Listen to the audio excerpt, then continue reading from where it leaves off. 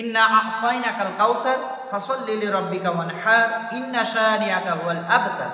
এই আয়াতটি বলার আগে আমি আপনাদেরকে একটি ইনফরমেশন দিতে চাই, তা হলো আল্লাহ জাল্লা শাআনহু তার প্রিয় হাবিবের প্রতি মুহাম্মদ রাসূলুল্লাহ সাল্লাল্লাহু আলাইহি ওয়াসাল্লামের প্রতি যখন কোরআন আল হাকিম নাজিল করছিলেন, ধারাবাহিকভাবে যখন নাজিল করছিলেন, তখন এই সূরাটি নাজিলের পূর্বে কিছু ঘটনা ঘটে যায়। তা হলো বেঈমানেরা বিশ্বনবীকে কটাক্ষ করে বলতে থাকে যে তুমি যে কিতাব বলছো অথবা তুমি যে কোরআন পড়ছো এটা ঠিক না, এটা শায়ের কথা, এটা কবিদের কথা, এটা লেখকের কথা, এটা জাদুকরের কথা, ইত্যাদি ইত্যাদি, নাউজুবিল্লাহি মিন জালিক। তারা এক কথায় কোরআনকে অবমাননা করতে থাকে। ঠিক তখন আল্লাহ পাক, আল্লাহ সুবহানাহু ওয়া তাআলা প্রিয় হাবিবকে এত মহব্বত করতেন, তিনি প্রিয় হাবিবকে সরাসরি তার প্রশ্নের অ্যান্সার দিচ্ছেন এবং সাহায্য করছেন, যার কারণে তিনি নাজিল করলেন ইন্না আ'তাইনাকাল কাউসার, ইন্না আ'তাইনাকাল কাউসার। এই আয়াতটি নাজিলের সাথে আরেকটি বিষয় ঘটনা সংশ্লিষ্ট রয়েছে, তা আমি আরেকটু বলে রাখি। যখন প্রিয় হাবিবের ছেলে সন্তানগুলি মারা যাচ্ছিলেন, ধারাবাহিকভাবে ছেলে সন্তান, আমরা জানি যে প্রিয় হাবিব মুহাম্মদ রাসূলুল্লাহ সাল্লাল্লাহু আলাইহি ওয়াসাল্লামের ছেলে সন্তানগুলি মারা গিয়েছে। ঠিক তখন বেঈমানেরা তাকে কটাক্ষ করে বলছিল যে তুমি যে কোরআন পড়ছো, তুমি যে কিতাব বলছো, তুমি যে কিতাবের কথা বলো, তাহলে তুমি ইন্তেকালের পরে অথবা তুমি শাহাদাত বরণের পরে তোমার এই কথাগুলি বলার মতো কেউ থাকবে না। তখন আল্লাহ জাল্লা শাআনহু এই কথাটি প্রিয় হাবিব শোনার পরে, বেঈমানদের মুখ থেকে শোনার পরে প্রিয় হাবিব খুব চিন্তিত হয়ে গেলেন আর খুব মর্মাহত হয়ে গেলেন, খুব টেনশনে পড়ে গেলেন যে তাই তো আমি আল্লাহ জাল্লা শাআনহুর পক্ষ থেকে কোরআন আল কারীম নাজিল হয়েছে, সেই কোরআনের বর্ণনা দিচ্ছি, আর বেঈমানেরা যেটা বলছে এটা তাকে প্রিয় হাবিবকে খুব ভাবাচ্ছিল। ঠিক তখন আল্লাহ জাল্লা শাআনহু এই দুটি প্রশ্নের, দুটি বেঈমানদের দুটি মন্তব্যের কারণে কোরআন আল হাকিম, এই কোরআন আল হাকিমের প্রসিদ্ধ সূরাটি সূরাতুল কাউসার নাজিল হয়। আর তখন আল্লাহ পাক বেঈমানদের চ্যালেঞ্জ করার জন্য তিনি বলেন ইন্না আ'তাইনাকাল কাউসার ফাসাল্লি লিরাব্বিকা ওয়ানহার ইন্না শানিআকা হুয়াল আবতার। এখানে আল্লাহ জাল্লা শাআনহু তার প্রিয় হাবিবকে শিক্ষা দেন এইভাবে যে আয়াতটি নাজিল হয়েছে, 3টি আয়াত বিশিষ্ট ছোট্ট একটি সূরা নাজিল হয়েছে। এর মধ্য থেকে প্রিয় হাবিব তুমি 2টি আয়াত কাবা শরীফের গায়ে লিখো। আর আমরা ইতিহাস থেকে জানতে পেরেছি, কোরআন আল হাকিমের তাফসীর থেকে জানতে পেরেছি প্রিয় হাবিব সেটাই করলেন। তিনি 2টি আয়াত কাবা শরীফের দরজায় লিখে দিলেন যে ইন্না আ'তাইনাকাল কাউসার ফাসাল্লি লিরাব্বিকা ওয়ানহার। এখানে যে অর্থ এসেছে, আল্লাহ পাক তাকে নিঃসন্দেহে প্রিয় হাবিবকে সান্ত্বনা দিচ্ছেন, প্রিয় হাবিব আপনার ছেলে নেই তো কি হয়েছে, আপনাকে কাফের বেঈমানেরা কটাক্ষ করছে তো কি হয়েছে, অথবা আপনাকে কাফের বেঈমানেরা কবি বলছে তো কি হয়েছে, অথবা আপনাকে কাফের বেঈমানেরা জাদুকর বলছে তো কি হয়েছে। তিনি তাকে সান্ত্বনা দিচ্ছেন ইন্না আ'তাইনাকাল কাউসার, হাবিব আমি অচিরেই আপনার জন্য কাউসার দিব। সুবহানাল্লাহি বিহামদি। আল্লাহ জাল্লা শাআনহু এখানে প্রিয় হাবিবকে কাউসার দিচ্ছেন। এরপরে বলছেন ফাসাল্লি লিরাব্বিকা ওয়ানহার। এজন্য আপনি আল্লাহ জাল্লা শাআনহুর পক্ষ থেকে যে অর্ডার এসেছে ফাসাল্লি লিরাব্বিকা ওয়ানহার, এখানে আপনি আল্লাহ জাল্লা শাআনহুর রাহে, আল্লাহ জাল্লা শাআনহুর সন্তুষ্টির জন্য কুরবানি করবেন। এটা কোরআন আল হাকিমে এটা সরল অনুবাদ এসেছে।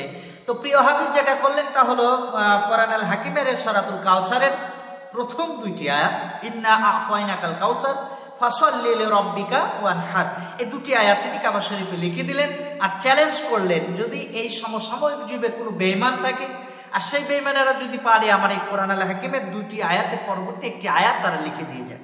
চিন্তা করুন, যখন প্রিয় হাবিবের চ্যালেঞ্জটি করলেন এবং তা কাবা শরীফের গায়ে লিখে দিলেন, ঠিক সেই মুহূর্তে বেঈমানেরা তারা মনে মনে চিন্তা করতে লাগলো তাই তো এত বড় একটা চ্যালেঞ্জ তিনি করলেন, চ্যালেঞ্জের মোকাবেলা আমরা করব।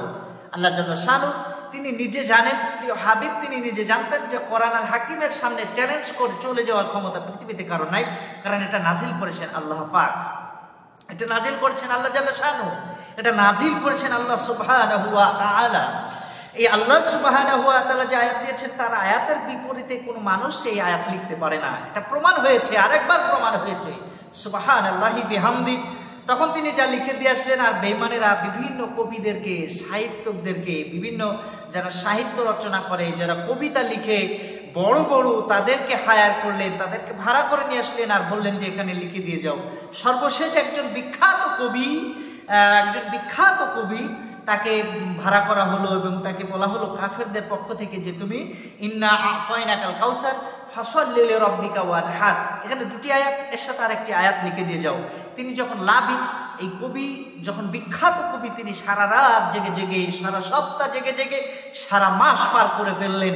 এরকম করে কয়েক মাস অতিবাহিত হওয়ার পরে তিনি লিখলেন ইন্না আতাইনাকাল কাউসার ফাসাল্লি লিরাব্বিকা ওয়ানহার।